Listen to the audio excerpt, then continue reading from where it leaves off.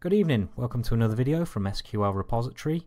My name's Dave. I'm going to take you through how to download and install the AdventureWorks 2012 database and the Chinook database.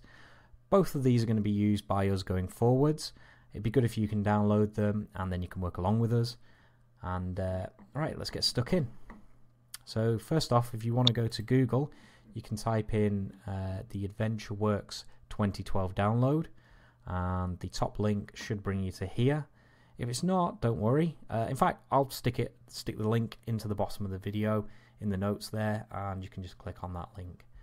And the other one is the Chinook database. Again, if you go to Google, you can type Chinook database in, and the top link will bring you to this website. So on the Chinook database, if you click this big button here, it will start the download for you. And on here, you want to go to SQL Server 2012 OLTP. That'll take you to this page, and then click this link here, which is the AdventureWorks 2012 data file. And that'll start the download for you. So once it's done, if you go to your downloads file, go to mine. Here we go. And what you'll see is the AdventureWorks 2012 data. If you cut that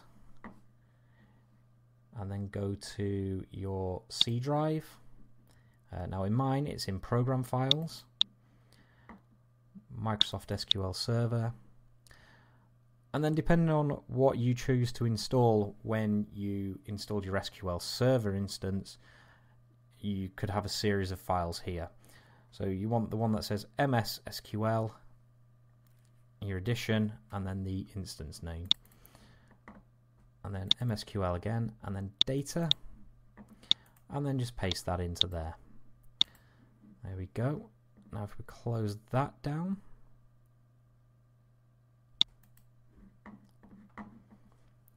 and what we can do is if we go back to Firefox, the Chinook database downloaded a zip file. I'm just going to click in there, and I'm just going to tell it to extract one file, which is the SQL Server auto increment pks.sql.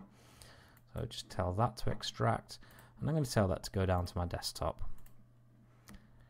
Okay, so I'll close that.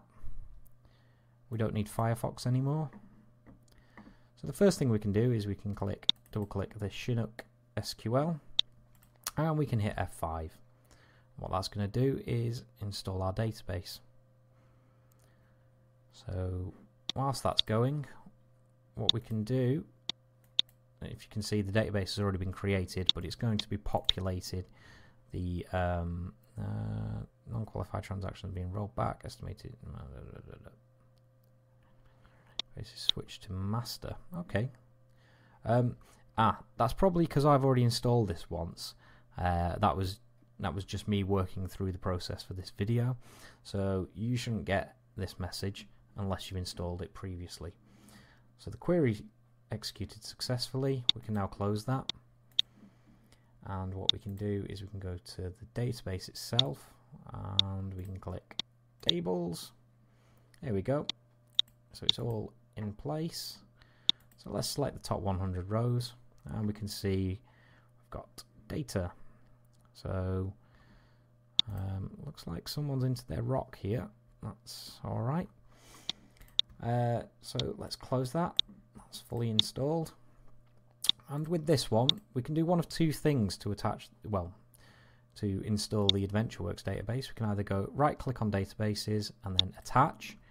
What this is going to do is launch another window, and what we can do on this window is we can click add. So if you see, we dropped it into our data folder before, so it's just here, and we can click OK. If yours isn't in here, then you can go and look for it within your folder structure, but it's probably best to keep all your databases in one place.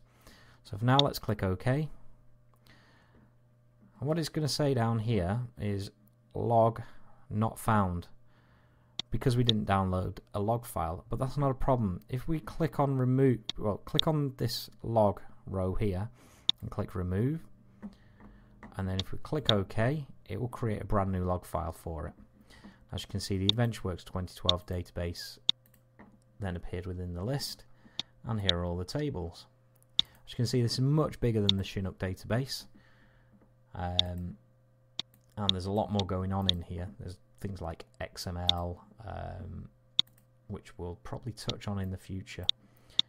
Okay, that is both our databases set up. If you want to drop by sqlrepository.co.uk in the meantime, and then you can have a look at some of the code snippets, some of the articles, and some of the how-tos that are on there.